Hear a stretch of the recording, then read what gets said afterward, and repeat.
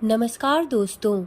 अधिक मास की कृष्ण पक्ष की एकादशी को परमा एकादशी के नाम से जाना जाता है। इस दिन जगत के पालनहार भगवान श्री हरि विष्णु की आराधना के लिए व्रत किया जाता है। इस साल परमा एकादशी व्रत 12 अगस्त दिन शनिवार को रखा जाएगा। वैसे हर माह की एकादशी पूजा पाठ के लिए उत्तम मानी जाती है, लेकिन परमा एकादशी का महत्व कुछ ज़्यादा ही होता है, क्योंकि यह व्रत अधिक मास में होने की वजह से 3 साल में एक बार आता है। परमा एकादशी का व्रत जीवन में सुख समृद्धि की कामना व मोक्ष की प्राप्ति के लिए किया जाता है।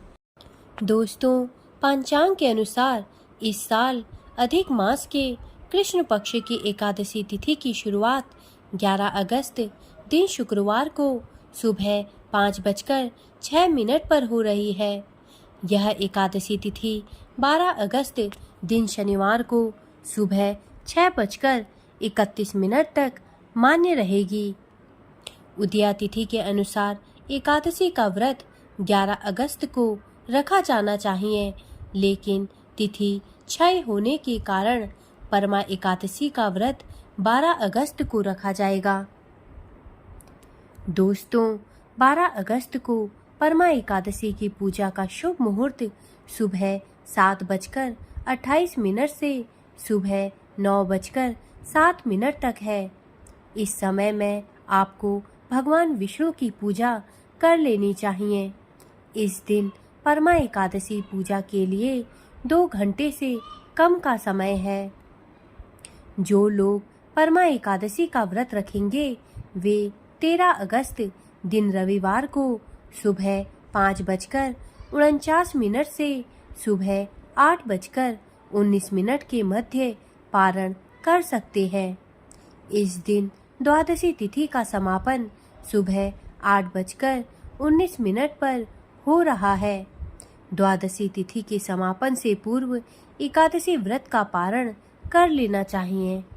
परमा एकादशी व्रत की पूजन विधि इस प्रकार है।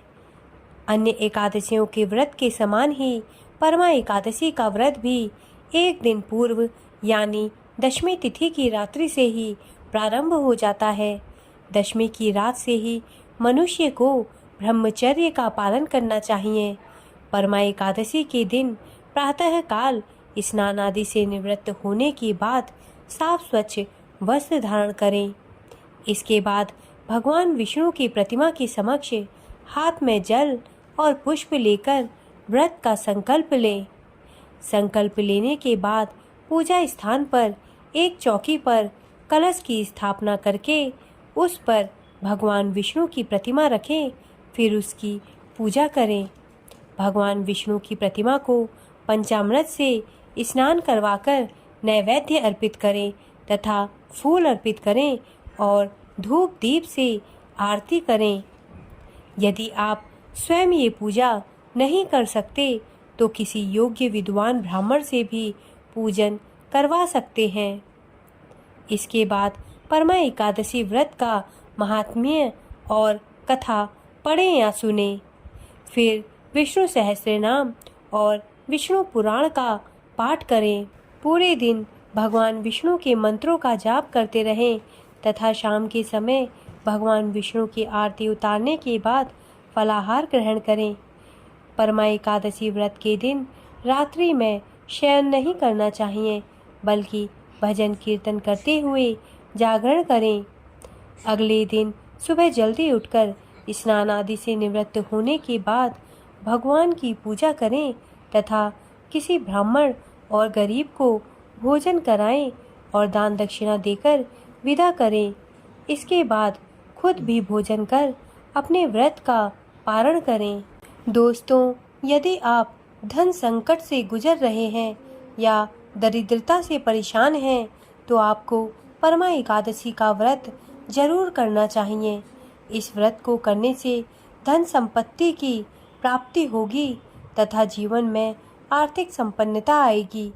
परमा एकादशी के दिन व्रत रखकर भगवान विष्णु की पूजा करते हैं ताकि उनकी कृपा से दुख दूर हो और पुण्य मिले। उनके आशीर्वाद से व्यक्ति को मोक्ष की प्राप्ति होती है। अधिक मास के देव भगवान विष्णु हैं और परमा एकादशी को उनकी ही पूजा होती है। ऐसे में परमा एकादशी का व्रत सभी सुखों को देने वाला होता है। परमा एकादशी व्रत की पौराणिक कथा इस प्रकार है। पौराणिक कथा के अनुसार एक बार जब अर्जुन ने श्री कृष्ण से अधिक मास की कृष्ण पक्ष की एकादशी के विषय में पूछा तो भगवान श्री कृष्ण ने अर्जुन से कहा कि हे अर्जुन, अधिक मास की कृष्ण पक्ष की एकादशी बहुत ही शुभ और उत्तम फल देने वाली है। यह स्वर्ग और पृथ्वी दोनों पर ही पूज्य है। आगे भगवान श्री कृष्ण ने अर्जुन को परमा एकादशी के व्रत का महत्व बताया और व्रत कथा सुनाई। अति प्राचीन काल की बात है। एक बहुत ही सुंदर काम्पिल्य नाम का नगर था। उस नगर में बहुत ही धर्मात्मा और ईश्वर भक्त ब्राह्मण अपनी पत्नी के साथ रहता था। उस ब्राह्मण का नाम सुमेधा था। सुमेधा की पत्नी भी एक सेवाभावी और पतिव्रता स्त्री थी। सुमेधा की आर्थिक स्थिति अच्छी नहीं थी, परंतु फिर भी वो अपने घर आए किसी याचक को रिक्त हाथ नहीं जाने देता। वो अपने घर आए अतिथि का भी यथासंभव आदर सत्कार करता था। अपने जीवन के धन के अभाव को दूर करने की इच्छा से एक दिन सुमेधा ने अपनी स्त्री से कहा कि वो धनोपार्जन के लिए परदेश जाना चाहता है, जिससे वो अपने परिवार की आवश्यकताओं को पूरा कर सके। तब उसकी पत्नी ने उसे समझाते हुए कहा कि मनुष्य को समय से पूर्व और अपने भाग्य से अधिक कभी कुछ नहीं मिलता। आप चाहें कहीं परदेश चले जाएं, परंतु हमारे भाग्य से अधिक हमें नहीं प्राप्त हो सकता। यह निर्धनता हमारे पूर्व जन्मों के कर्मों का परिणाम है। आप यहीं रहिए और अपना कर्म करते रहिए। प्रभु की कृपा से सब अच्छा होगा। सुमेधा अपनी पत्नी की इतनी ज्ञानपूर्ण बातें सुनकर बहुत प्रभावित हुआ और उसने परदेश जाने का अपना निर्णय बदल दिया। सौभाग्यवश एक दिन उनके घर पर कौंडिल्य ऋषि का आगमन हुआ। कौंडिल्य ऋषि को अपने घर पर आया देखकर उन्हें बहुत प्रसन्नता हुई। उन्होंने उनका खूब आदर सत्कार किया। उनके अतिथि सत्कार और सेवा भाव से कौंडिल्य ऋषि बहुत प्रसन्न हो गए। उन्होंने उनसे कुछ मांगने के लिए कहा तो उस ब्राह्मण दंपत्ति ने ऋषि से अपनी निर्धनता को दूर करने का उपाय पूछा। तो कौंडिल्य ऋषि ने उनसे अधिक मास की कृष्ण पक्ष की परमा एकादशी का व्रत करने के लिए कहा। कौंडिल्य ऋषि ने व्रत की विधि बताते हुए कहा कि आप पति पत्नी दोनों परमा एकादशी के व्रत को करें। एकादशी के दिन प्रातः काल स्नान आदि नित्य क्रिया से निवृत्त होकर भगवान विष्णु की मूर्ति के सामने बैठकर जल और पुष्प हाथ में लेकर व्रत का संकल्प करें। इसके बाद विधि विधान से भगवान विष्णु की पूजा करें। ब्राह्मण को भोजन कराएं और उसे यथासंभव दक्षिणा देकर संतुष्ट करें। इसके बाद स्वयं फलाहार करें। रात्रि में भजन कीर्तन करते हुए समय व्यतीत करें। कौंडिल्य ऋषि ने परमा एकादशी का महात्म्य बताते हुए कहा कि इस एकादशी का व्रत करने से जातक को धन ऐश्वर्य की प्राप्ति होती है। उसके समस्त पापों का नाश हो जाता है। जातक इस लोक के सभी सुखों को भोगकर अंतकाल में वैकुंठ धाम को प्राप्त करता है।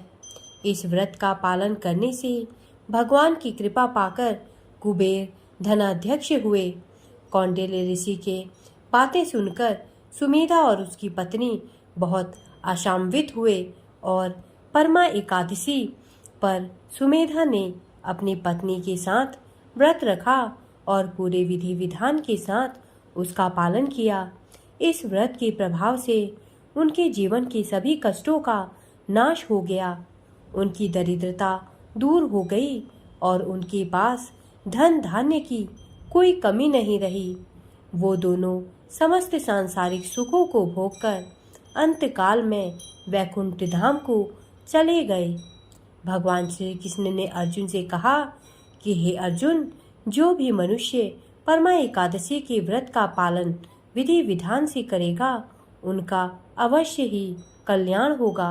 दोस्तों, मेरे द्वारा दी गई जानकारी यदि आपको अच्छी लगी हो तो कृपया मेरे चैनल को सब्सक्राइब करें तथा मेरे वीडियोस को लाइक करें। धन्यवाद।